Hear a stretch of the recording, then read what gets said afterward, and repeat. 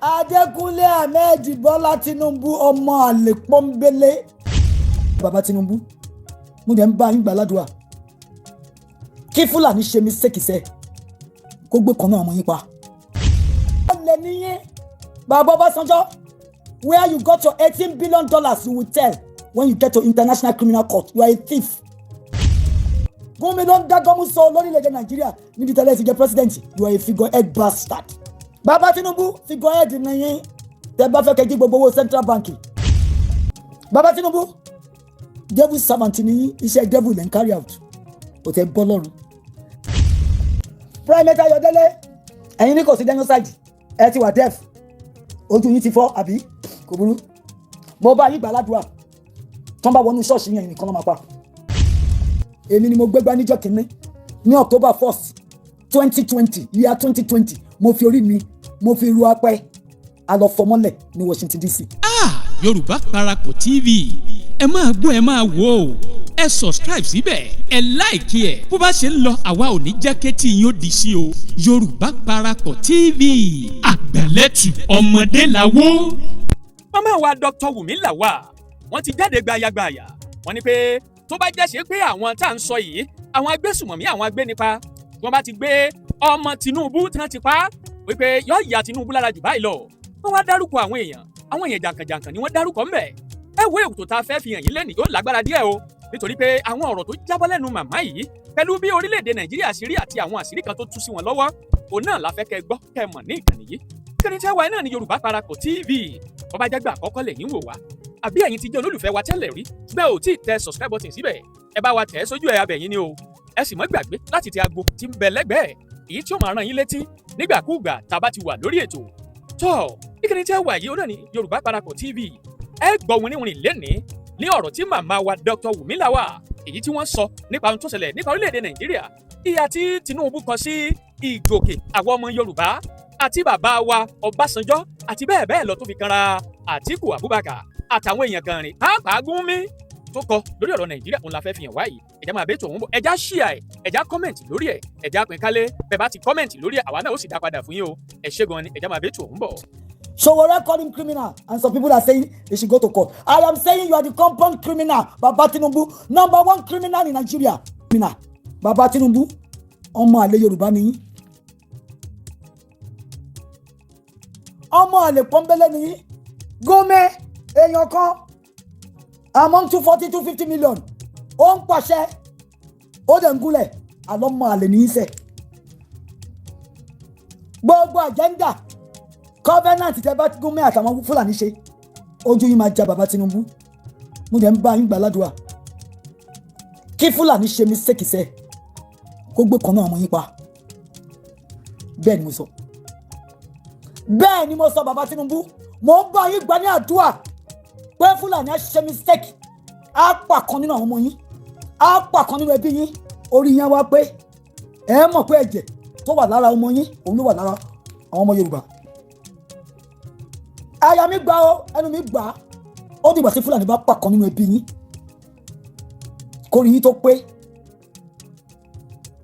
Bí ẹ tó bá mú kan ní ọmọ Olúrẹ̀mí tán fi pata tán fi ṣe tìǹkó tán fi ṣe súyà Bàbá Tinubu orí yín á jí pé ẹ gajú kalẹ̀ bí àgámà lizard. Wọ́n ń pa àwọn ọmọ ojúlówó ọmọ Yorùbá táwọn ọmọ tí yóò bá ṣoríire àwọn ọmọ yòókù tó fẹ́ ṣoríire ńkọ́. Oyin Dàmọ́lá yín ló ń ṣòṣì bí ẹran aṣẹ́wó ó ti ya wèrè sí New York. Ó ti ya wèrè sí New York. Ó ń sọ ó ń lọ ó ń bọ̀ bí ìlẹ̀kẹ̀dí. Ó ní di psychiatric help o Bàbá Tinubu tẹ́ ẹ̀ bá gbọ́ tẹ́nìkan kan ò bá sọ fún mi abiyamọ ni mí òun ti sọ fún yín. Ẹ lọ wákọ̀ náà àwọn oníṣègùn yín àwọn àfáà yín àwọn málábàùtù yín kán bá yín pẹ̀tù sí o toró ti ya wèrè sí títí tẹ́ ẹ̀ bá mọ̀.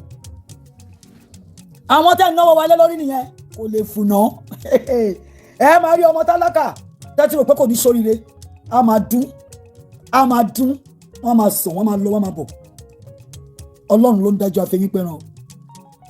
Olúwa máa san ìsan yín ìyà yín ó máa dé wá bá yín.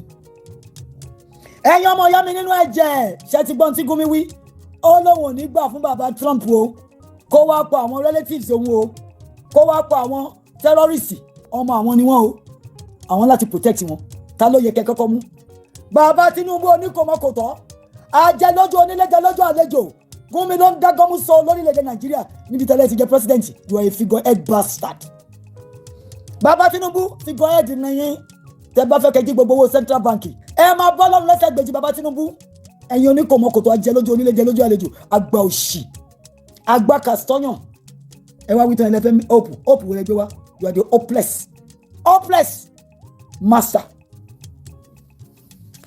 ẹ̀yin ará mi ẹnu ẹ̀ lákọ́sí yẹn o àtúrò ẹni tó máa help wa àwọn olóbù sán àwọn olórí burúkú olóbù sán àwọn ọmọ àlè ṣé Ọlọ́run ti kọ̀ tí àyè wọn ṣe sí wọn láwọn ò fẹ́ help torí Amẹ́ríkà bá ń colonize wọn ó ń bá pa mùsùlùmí ẹ̀yin mùsùlùmí ẹ̀ dìde dẹ́kọ́ra nu yín dìde ẹ̀yin tẹ̀ ń pariwo pé wọ́n fẹ́ pa yín Fúlàní ti pa gómìnà ti sí yín nílọrin ó ti pa ṣẹ́gẹ̀ sí ní Kogi kí lẹ rí ṣe sí kí ni Lebanon Ṣàgúrì ọmọ Lebanese kí lẹ rí tó ṣe help wọn fún yín help wọn ní Chinese fún yín Chinese kan gbé yín ó ń gé okó ọkùnrin wọ́n fi ń ṣe pepper soup genitalia ọkùnrin wọ́n ń gé genitalia ọkùnrin wọ́n fi ń ṣe appetizer fún yín ẹ̀ ń jẹ àwọn ló fẹ́ gbèjà yín lọ́wọ́ Boko Haram.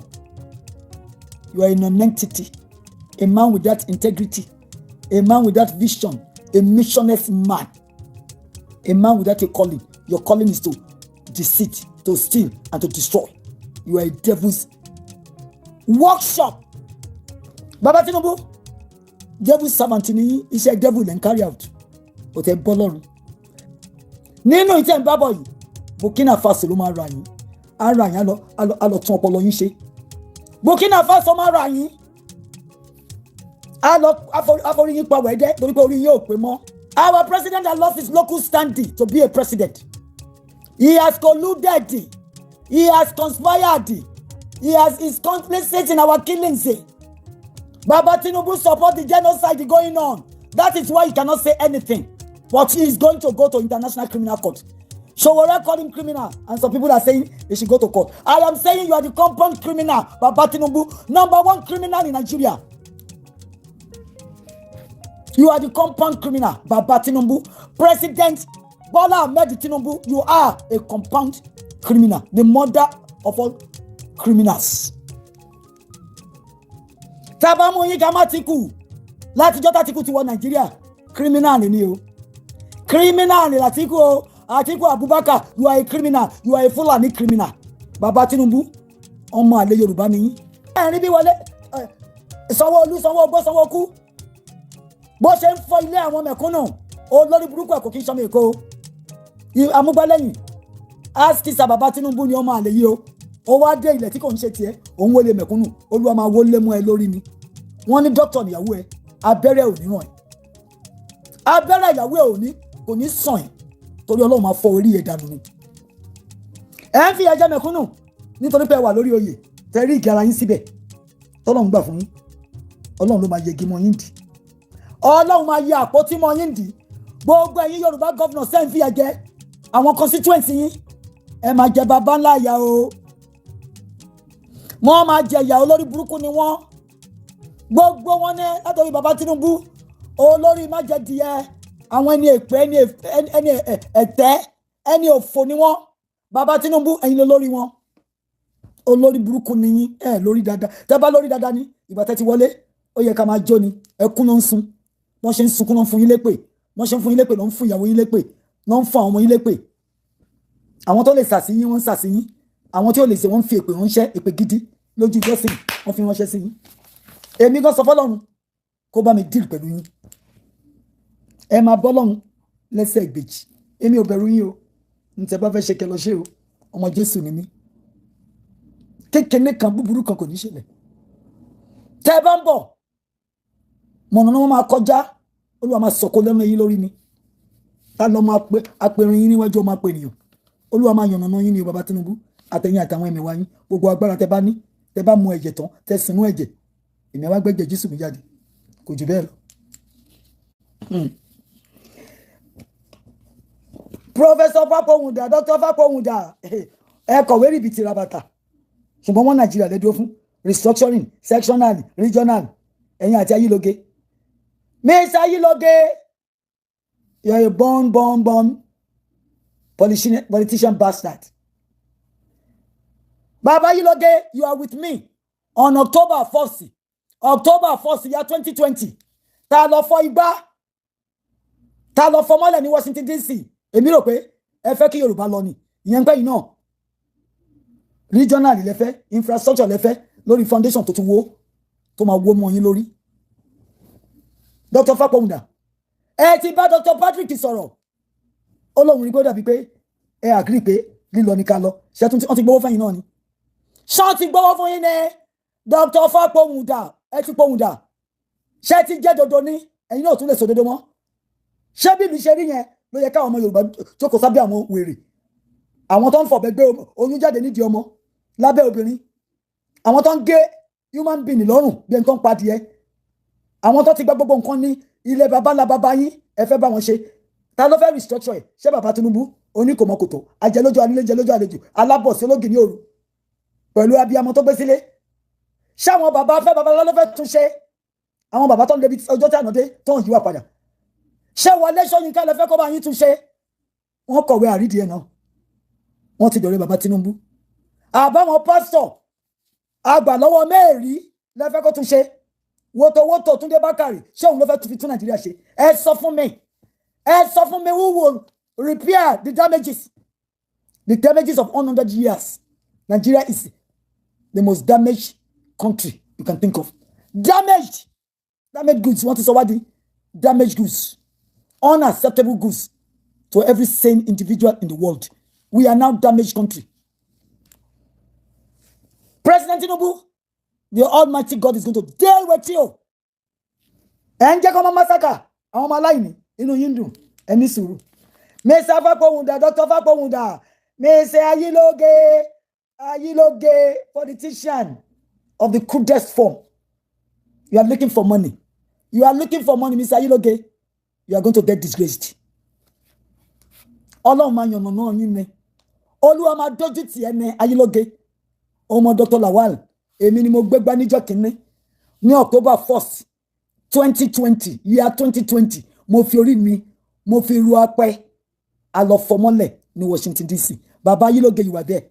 Ìyẹn pé ẹ fẹ́ Yorùbá nation. Ní bá wa débẹ̀. Wọ́n ti gbé Reverend Ezekiel Wede Dasham torí kó sọ pé wọ́n pa Christian. Tẹ́ ẹ bá pa Christian, what do you have to bother yourself about kidnapping? Ẹ ti lè pa Christian, ẹ fílẹ̀ bẹ́ẹ̀. Ẹ jẹ́ kí Donald Trump wá kó wá wọ àwọn tó ń pa Christian. There is genocide in Nigeria, whether you like it or not. I will say it. Not genocide of Christians alone, but genocide of every extraction in Nigeria. Genocide of Akwa Ibom. Genocide of the Yoruba people. Genocide in Benue. Genocide in Plateau. Genocide in South too. Genocide all over Nigeria. Whoever cares to spread it for me. There is genocide, oh. Genocide is going on the space called Nigeria. Ní bá wa débẹ̀ o, Bàbá Ayílóge. Àdúrà mi fún yín nìyẹn. Bàbá Fápọ̀hùndà, professor, wọ́n lè gbéwé tó tóbi jáde. Ẹ ṣì wọ́n restructure ni. Ta ló fẹ́ restructure? Níbo ló fẹ́ restructure àwọn ọmọ Fúlàní sí? Ẹ fẹ́ gbé wọn wá sí Ìbàdàn, àbẹ́kìtì. Rẹ̀ kì í ṣàkóso amúkú mẹ́kọ̀ọ́. Orí yín pé o, ò tó fẹ́ dàbí pé o ti fẹ́ dàrú. Orí yín pé bọ̀ tó ti fẹ́ dàrú. Ẹ tún o. Ẹ fi ọmọ ogorogun ro Mr. Professor Dr. Fápọ̀hùndà. Orí yín ṣe bẹ́ẹ̀ tó fẹ́ dàrú díẹ̀. Sectional regional òṣìwò lẹ́ ń bèrè. Ẹ̀yin fẹ́ bá àwọn ọmọ àmùtò. 68 exclusives. 68 exclusives is in the so-called document called Constitution. You cannot touch it. You will never touch it. After 50 years or 100 years from now, I'll let you weary. Ẹ̀yin ará mi, Nigeria ò follow tó o. Wọ́n ti gbé Reverend nítorí wọ́n pa Christians o. Reverend Wede Ezekiel Dasham, wọ́n ti gbé o. Ṣé mo sọ fún yín? Ẹni tó bá ti ń sòótọ́ ọ̀rọ̀, Nigeria máa gbé wọn pa ni o. Ẹ rántí CBN Assistant Director Obadiah Mailafia. Wọ́n ní doctor tó gun lábẹ́rẹ́ pa àbí tó ṣe nǹkan kan fún àmọ́ but Obadiah ti kú. Obadiah Mailafia ti kú nítorí pé àwọn olórí burúkú tó wà Nàìjíríà wọn ò fọ́ òótọ́ ọ̀rọ̀. Mailafia lóhun mọ gbogbo àwọn patrons, àwọn Boko Haram patrons. Ìgbà tó gbé jáde tán wọ́n wá bọ́n ṣe máa pa, wọ́n pa o. Wọ́n pa o, wọ́n ti pa Mailafia. Wọ́n ti gbé Reverend Ezekiel Biwede Dachom ọmọ Benue ló máa jẹ́. Wọ́n ti gbé, wọ́n ti kidnap ẹ̀. Tá bá máa gbọ́ òkú ẹ̀ la máa rí. Ṣara àwọn olórí burúkú tá ń bá gbé. Tẹ́yìn wá sọ pé ẹ need help. Tẹ́ sọ pé ẹ fẹ́ Donald Trump. You will see more of Boko Haram. Àwọn Dasuki, àwọn Sultan, Shetani of Sokoto, wọ́n mọ̀ nípa ṣe ń pa yín wọn sọ̀rọ̀. Adọ́bà yẹ́rọ ńkọ́, ó wà educated, ṣùgbọ́n 50 million alimajiri àwọn ọmọ wọn lọ́kọ́ títí tó wá ń dà lórí lùrú. Gbogbo alimajiri nọ́ọ̀tì, ẹ̀yin South náà kó wọn bá pẹ́ kẹ́ máa bọ́ wọn, kẹ́ máa ṣàánú wọn. Tẹ́ bá dẹ̀ ṣàánú wọn, àmọ́ máa pa yín. Ṣẹ́rí pé àti mú kun mẹ́kọ̀ọ́. Alimajiri, ó ti gba gbogbo ìlú mọ́ yín lọ́wọ́. Boko Haram mú yín pa bí ẹdìyẹ. Ẹ wá gbẹnu dákẹ́, ẹ gbẹnu rọ̀ bí omi inú àmù. Ẹ sùn lọ bí omi bí ọbẹ̀ ṣàsùn. Ẹlẹ́fẹ̀ẹ́ help. Fúlàní ló máa pa yín. Tẹ́ ẹ bá ti jẹ́ kí Donald Trump wá kó wá clear àwọn olórí burúkú tó wà nínú fọ́rẹ́sì. Àwọn tí Wunmi sọ pé terrorist ọmọ àwọn ni kán bá yín clear wọn. Ikú máa polú ṣógan ni. Ikú apadóńbì nọ́ọ̀tì. Boko Haram, ISWAP, Lakurawasi, apadóńbì nọ́ọ̀tì sí yín lára. Èmi kọ́ ni mo sọ o. Ẹ̀yin lẹ fọwọ́ ara yín sọ pé nǹkan tẹ́ fẹ́ nìyẹn. Ẹ fẹnu ara yín sọ pé ẹ fẹ́ kí Fúlàní máa ré ni lọ. Wọ́n máa pa yín torí pé ẹ count ẹni yín. Ẹ value ẹ̀yin ẹ̀mí yín. Amẹ́ríkà ló wà kò yẹ kí n dá sí. Ṣùgbọ́n mo lẹ́bí, mo lára, mo lẹ́gbọ̀n, mo lábúrò. Ó kàn mí dé egun. Màá sọ̀rọ̀. Ọlọ́run ló fèdè sí mi lẹ́nu. Èmi ni mo lọ̀rọ̀. Mo máa sọ ni. Primate Ayọ̀délé. Ẹ̀yin ní kò sí genocide. Ẹ ti wà deaf. Ojú yín ti fọ́ àbí? Kò burú. Mo bá yín gbà ládùúrà.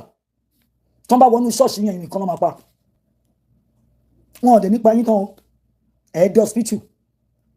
Ẹ jẹ bí àbí ìrora oṣù kan. Bí ẹ change statement yín. Ẹgbọ́n tí mo sọ fún yín. Boko Haram ó máa wọnú church yín. Ẹ̀yin nìkan wọ́n máa gbé. Tán bá gbé yín, wọ́n á na bótóbótó sí yín lára. Ẹ ní kú. So that nítorí yín bá rí, ẹ change mindset yín. I'm not asking you to change your mindset now. But ẹ̀yin kan ní kọ́ bàbá ńlá bàbá yín láti pohùn dà.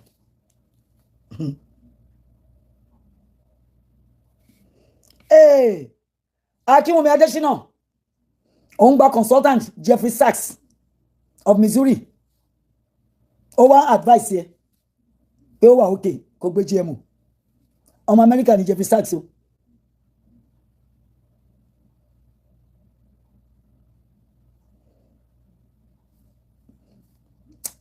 Then ọmọ ìlú sẹ́yìn, get me those facts. Because I go and research before I say certain things. Ṣé pé 22 communities ní Ìlọrin Fúlàní ò ti gbà? Ṣé 64 communities ní Benue wọn ò ti gbà? Mo rí ni o. Mi ò formulate ẹ̀, mo rí ni o. Nǹkan tí mo rí ni mo ń sọ. I'm saying what I've seen. And I do go and research. I just don't say anything. Pé bàbá Tinubu olè. It's a fact. Gbogbo owó yín ló ti launder through Shaguri, the Lebanese. Ó ti ta bábíṣì fún Lebanese. Àpábíò olè lòun náà. Wèrè Wike ó nílé mẹ́rin l'Amẹ́ríkà. Èmi kọ́ ni mo gbé jáde ìṣòwò rẹ ni. I'm only regurgitating it. Mo ń repeat nǹkan tí mo rí ni. Tí ò bá jẹ́ òótọ́, give me the facts. I will publish it. I'm not against anything that you're saying, but give me those facts that I might have misrepresented. I'll bring it out. And I'm glad that you said something like that. I want to see it. Okay? Get me those facts. Go to my YouTube and leave them. And then I'll come out here and I'll repeat it. Yes, it is a confirm. Tinubu is a criminal. He's a drug addict, a drug smoker. Even his children in New York here are on Colos and some other drugs. So I say it as I see it, not that I formulate it. And I'll be glad if you can bring me those facts. Thank you. Mola we against GMO. Àwọn nǹkan kan ní kò sí nǹkan tó ṣe GMO. Ó dìgbà tẹ́ bá jẹ tó ń kọ́lé àrùn sí yín lára. Ẹ ṣé Mr. Sodenge. GMO is going to bring untold sicknesses. Baba Tinubu, the president, has agreed. Akinwumi Adesina of ADB has agreed. Baba OBJ, you are the godfather of Akinwumi Adesina. You didn't know that he brought GMO to Nigeria? Baba Obasanjo, you are just as wicked as the devil. OBJ, ex-president OBJ, you are a wicked father. That's why your children are running away from you. As you mess up your children's life, you are messing Nigerians' lives. You are messing it. Or God is going to punish you. Babangida has gotten his own punishment. You will get yours too. You are not going to leave this earth without taking your punishment. Babangida is getting his own punishment. You will get yours, Oba Sonjo. You brought insecurity. You allowed insecurity. Security is still staring you in the face. And Oba Sonjo, you cannot do anything about it. I thought the Fulanis listen to you. You are another bastard. Even though you claim to be a Yoruba man, you are not a Yoruba. Your father is Joseph Oyejekwe of Anambra policeman. You are a wicked man, Mr. Olusegun. Oh, Shegun, anything. You have not conquered malice. You have not conquered jealousy, pride, ego, and madness. You are a thief. Ex-president Olusegun Aremu Obasanjo, you are a blatant liar and a thief. Where you got your $18 billion, you will tell when you get to international criminal court. Babara daradare derede. Baba olórí burúkú tó ń bọ́ ọmọ ẹ̀sùn, tó ń bá ìyàwó ọmọ sùn, tó ń bọ́ ọmọ sùn. Baba olórí burúkú ni yín. Ń tẹ́ bá fẹ́ ṣe, ẹ jẹ́ n rí. Ẹ jẹ́ kí n rọ́wọ́ yín o. Ẹ̀yin bàbá òfò. Ẹ̀yin ará mi ọ̀pọ̀ lẹ́yìn. Mo ti dárúkọ gbogbo àwọn olórí burúkú. Tẹ́ ń láti máa pariwo wọn síta. They are not your people. They are not for you. They are against you. But I want you to tell them, it is not going to be business as usual. Here you have Gumi. Gumi saying that you will not allow Donald Trump to kill his children that are terrorists. And Nigeria is still watching Gumi, allowing Gumi to move up and down like a roller coaster. Baba Tinubu, you are a coward bastard. A coward, ole. Ole afajone Baba Tinubu. Baba Onikomokoto. Moronic president. Imbecile. Criminal. And they're the most stupid. Those that we are allowed to let them run our lives aground, they are the most stupid people. With little or no education. Wọ́n gbé tailor síbi tó yẹ kó gbé doctor tó máa gábẹ́rẹ́ sí. Tailor àwa aràn nu nínú, aràn orí olórí, á sọ wá di wèrè kalẹ̀, kò ní dá fún yín. Ó lè níyín. Baba Obasanjo, where you got your $18 billion, you will tell when you get to international criminal court. You are a thief. Ejan kan wọ́n saboteur yẹn mo kala na ma tún kale ni ke bá mi fi jíṣẹ́ fún wọn. Emeka yan oku ọmọ kobo kayin. Malam Tanko Yakasai. Àwọn ton lawon naje ko niyan iro lo npa o. Dr. Olisa Agbakoba SAN ẹ ti gba bode. Ẹ deleba Gani fáwọn mi ṣiṣẹ́. Imbibe qualities Gani o. Ní characteristics Gani o. Mr. Fẹ́mi Falana ẹ kàn pariwo ni. 11 years. Tí amalgamation ti end ní ọwọ́ yín. Ẹ̀yin náà tẹ́ bá ṣe dáadáa, ẹ bá dáadáa. Àtẹ̀yin àti ìyàwó àtọmọ. Lawyers ni àrí kankan nu yín kẹ́ dìde kẹ́ gbé bill. Mr. Kayode, Dr. Kayode Fáyẹmí, ẹ̀yin ti ṣe governor, ẹ tún ṣàmì, ẹ ń ṣàmì nítorí owó tẹ́ ń gbà. Olúwa ló máa sọ̀rọ̀ yín di ìbànújẹ́. Ó máa sọ̀rọ̀ yín di ìbànújẹ́ tó pé ń bà wá nínú jẹ́. Ẹ̀yin náà ìbànújẹ́ wọnú ilé yín. Ó máa ṣílẹ̀kùn. A wọlé, a jókòó sórí sofa yín. Ọmọ Fúlàní Kwankwaso. Ìwọ náà ò fẹ́ ká lọ. Ṣé bẹ́ẹ̀ lè dá dúró? Kí ló ṣe tẹ́ ìfẹ́ ká lọ? Pàtì tó mi ńkọ́. Àfi kí wọ́n máa ṣe president kó máa collect owó. Kẹ́ máa ṣòṣì. Tẹ́lẹ̀ ń ṣe ọdún léyá. Òṣì lẹ́ ń ṣe. Ìlú òtòrò. Gbogbo rádaràdá lédèrèdè. Èyí lẹ fẹ́ máa bá kiri. Mrs. Ezekwele sí àbí Ezekwele sílì ẹ bá wọn sọ̀rọ̀ abiyamọ nìyẹn o Dr. Obi, Ezekwesili, talk to your brothers. Tell them to divide Nigeria. You may not want it divided, but the Oduduwa children are ready to go home. The Biafrans are crying. Tell them, you're probably in the league. Go and talk to them. Ex-Vice President Atiku Abubakar, another thief of the highest order, but ban like criminal. From the day when you entered Nigeria from Cameroon, you have been a criminal. You will answer. You will answer to the rule of law when I take all of you. When you all get to International Criminal Court of Justice, you will explain tire. Only. With 5 wives and how many children? 60-something children. If you like, go and have 100 children.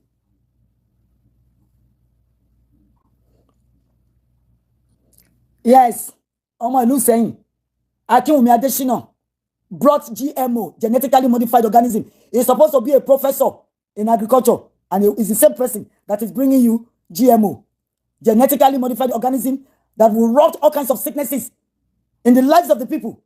Which anointing? The anointing that has turned to annoyance and disgust? I don't care if he has 10 PhDs. He's a wicked bastard of a Yoruba man. Omo is saying, Omo Alela Akinwumi. Akin koko ohun iku lohun. Ori ede ni kun yan ma ti bere. Torí pé kíni, òun ló pàdé àpòpọ̀. Conspire with Bill Gates to bring you GMO in Nigeria. What anointed bastard Rockefeller? Is he the only Rockefeller appointee? He's a bastard for a Yoruba man. He has sold his soul for title, for money, for position. God is going to judge him. Not me, God. God will judge him. Dr. Bilikisu Magoro, where are you? Nigeria is bleeding. Mrs. Unko Yotoyo, Nigeria is crying. Talk to your friends, to your colleagues. Nigeria must be divided. Obongawan, Tim James, the Biafrans are crying.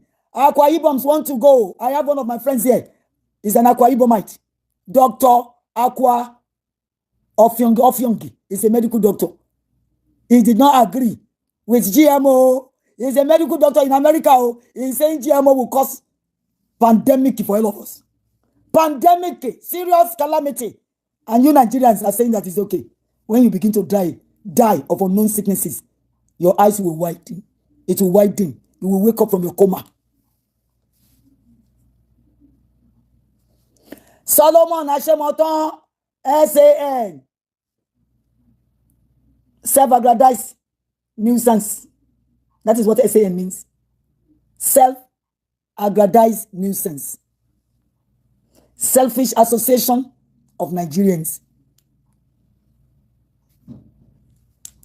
Urban Victor, Ata, where are you? Nigeria is bleeding. And you're all there. Having conferences, useless conferences. Where money will change hands. Trade by barter. You people are going to see God in camera. Professor Anya. Along my jeje. I hope you will not become Nyama. You are Anya. You will become Manya. When the Fulani enter your enclave, you will do well. Ben Obinka, Aminu Tambuwali, Oni Komokoto, betrayer, traitor. According to Nyenson Wike, you are a traitor. But Wike is a madman too. So that makes you 5 and 6. Professor Kila Omo Yoruba, Oni Komokoto, and you go Shayak Sibesha. One Nigeria. Momari, I see you on Arise News, pontificating, analyzing rubbish, nonsense. You don't want to go. You prefer one Nigeria where we are going to be eating the food of affliction and drink the water of sorrow. Jegba, thank God, Omo Yoruba ni wake nwe. Àwọn alale afun eni egba, Anthony. Be sure woju you're probably less than 60. So egbon ni mo je fun e. You're less than 60. Good. I will be 70 in a few months. So egbon ni mo je. So ba je ko ri e pe Anthony Killer. Ko bẹ̀rẹ̀ sí ní stick to power. Tell every regional, every infrastructure, every modification. Fúlàní ló máa pa ẹ́ o ṣùgbọ́n tí mo sọ fún ẹ wàá bá Fúlàní lọ wàá wà ní àwọn tó máa fi tọ́lọ́ máa fi pa wẹ̀dẹ́ tó máa fi ṣe wẹ́dẹ́wẹ́dẹ́ fún wa tó máa fi ṣe sacrifice fún wa tá máa lọ sílẹ̀ lérí wa gbogbo ọgbọ́n tó kà ojú ẹ̀ fọ́ etí ẹ̀ di o ní làákàyè láti pé ìyà ń jẹ àwọn ọmọ Yorùbá lórí ilẹ̀ bàbá ńlá bàbá wọn wọ́n ti gbèkó lọ́wọ́ wa wọ́n ti gbà lọ́rin wọ́n ń lọ sóńdò ọmọ olúbo ni ẹ́ wọ́n náà wà náà ọmọ àlè tó ń fowó sí yíwèé lè bàbá ńlá bàbá ẹ̀ ọmọ ọbọ ní Anthony Killer ẹ̀yin ọmọ àlè adójútì ní ọmọ Yorùbá tẹ́tí ta ìgbésílẹ̀ ayé yín fún owó fún ipò bọ̀tẹ́ máa polúṣo torí ojoojúmọ́ ní Ọlọ́run bínú sí ẹ̀yin aṣebi ní yín ìkànnì yín. Yorùbá Parapọ̀ TV ẹ máa gbọ́ ẹ máa wò ó ẹ subscribe síbẹ̀ ẹ láìkí ẹ̀ bó bá ṣe ń lọ àwa ò ní jẹ́ kétí yín ó di sí o Yorùbá Parapọ̀ TV àgbàlẹ́tù ọmọdé làwọ̀.